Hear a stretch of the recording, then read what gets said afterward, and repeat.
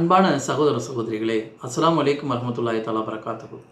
கடந்த மாதம் வரை நாம் ஒரு துவாவை திரும்ப திரும்ப கேட்டுகிட்டே இருந்தோம். அல்லாஹும்ம பல்லிக்னா ரமதான், ரமலானை முழுமையாக எங்களை அடைபெறச் செய்வாயாக யா அல்லாஹ் என்று கேட்டுகிட்டே இருந்தோம். அல்லாஹ்வோட மாபெரும் கருணையினால் இப்போ ரமலானுடைய புண்ணிய நாட்களில் நாமெல்லாம் இருந்துகிட்ருக்கோம்.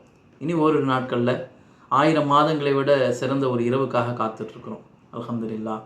அல்லாஹ் அந்த இரவையும் முழுமையாக நம்மளை எல்லோரையும் அடைபெறச் செய்வானாக. நாம் தினசரி குறைஞ்சபட்சம் 17 தடவை ஒரு துவாவை திரும்ப திரும்ப கேட்குறோம். இஹ்தின ஸிராத்தல் முஸ்தகீம். ஆமாம், அதே மாதிரி நாம் பெரும்பாலும் ஒவ்வொரு தொழுகையிலும் நாம் தெரிந்தோ தெரியாமலோ அறிந்தோ அறியாமலோ செய்த நிறைய பாவங்களுக்காக பாவ மன்னிப்பு கேட்குறோம். பாவ மன்னிப்பு கோரிக்கைகளை அல்லாஹ் விரும்பக்கூடிய ஒருவனாக இருக்கிறான். எந்த அளவுக்குன்னு சொன்னால், பொட்டல் பாலைவனத்தில் ஒரு அடியான் தன்னுடைய தொலைந்து போன ஒட்டகத்தை மீண்டும் கண்டெடுக்கும் போது அவன் எந்த அளவுக்கு மகிழ்ச்சி அடைவானோ அதை விட அதிகமாக ஒரு அடியான் பாவ மன்னிப்பு கோரிக்கை கேட்டு அல்லாஹ்விடத்தில் மீண்டு வரும்போது அல்லாஹ் பெரும் மகிழ்ச்சி அடைகிறேன் என்று சொல்கிறான். அந்த அளவுக்கு அல்லாஹ் தஆலா கருணையாளன், அந்த அளவுக்கு கிருபையாளனாக இருக்கிறான். ஆமாம், பாருங்கள், நம்மளுடைய துவாக்கள், நம்மளுடைய பிரார்த்தனைகள் எப்பொழுதுமே அதிகமாக நம்மளுடைய வாழ்வை குறித்து கேட்டுக்கிட்டே இருப்போம். அது சில சமயம் உடனடியாக நமக்கு அல்லாஹ் கபூல் செய்வான், சில சமயம் அல்லாஹ் லேட்டாக கபூல் செய்வான். நம்ம ஒரு ஆளுக்கு மெசேஜ் பண்ணுறோம் வாட்ஸ்அப்பில், அதில் சிங்கிள் டிக்கு வரணும், டபுள் டிக்கு வரணும், ப்ளூ டிக்கு வரணும்னு சொல்லிட்டு நம்ம ஒவ்வொரு வாட்டியும் காத்திருக்கிறது இல்லையா?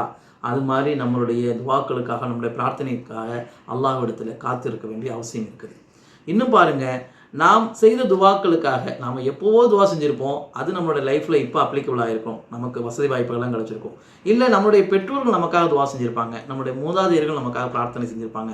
அதனுடைய பலனாக நாம் இன்றைக்கி அதனை எல்லாத்தையும் அனுபவிச்சுட்ருக்கோம் இல்லையா?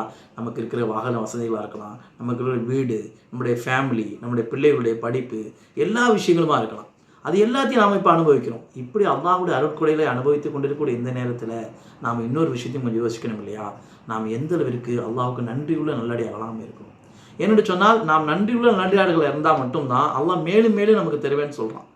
இன்னும் அல்லாஹ்வுடைய தூதர் ஸல்லல்லாஹு அலைஹி வஸல்லம் அவர்களை பார்த்து ஒரு முறை ஆயிஷா ரலியல்லாஹு அன்ஹா கேட்டாங்க, முன்பின் பாவங்கள் எல்லாம் மன்னிக்கப்பட்ட பிறகும் கூட கால்கள் வீங்க இப்படி நீங்கள் ஏன் சிரமப்பட வேண்டும், இப்படி ஏன் நீங்கள் சிரமப்பட்டு தொழுக வேண்டும் என்று சொல்லி கேட்கும்போது அல்லாஹ்வுடைய தூதர் ஸல்லல்லாஹு அலைஹி வஸல்லம் அவர்கள் சொன்னார்கள், என்னுடைய இறைவனுக்கு நான் நன்றியுள்ள நல்லடியானாக நான் இருக்க வேண்டாமா என்று கேட்டாங்க.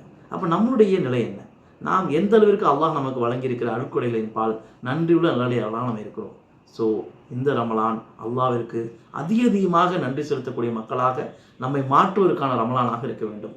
அல்லாஹ் நம்முடைய எண்ணங்களை நல்லெண்ணங்களாக மாற்றி நன்றியுள்ள நல்லடியார்களாக நம் அனைவரையும் மாற்றுவானாக என்று பிரார்த்தித்தனவானாக நிறைவு செய்கிறேன்.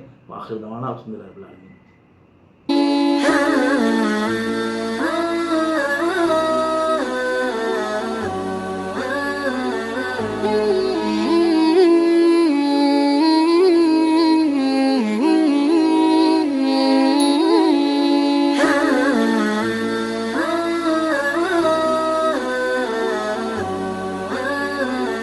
Mm-hmm.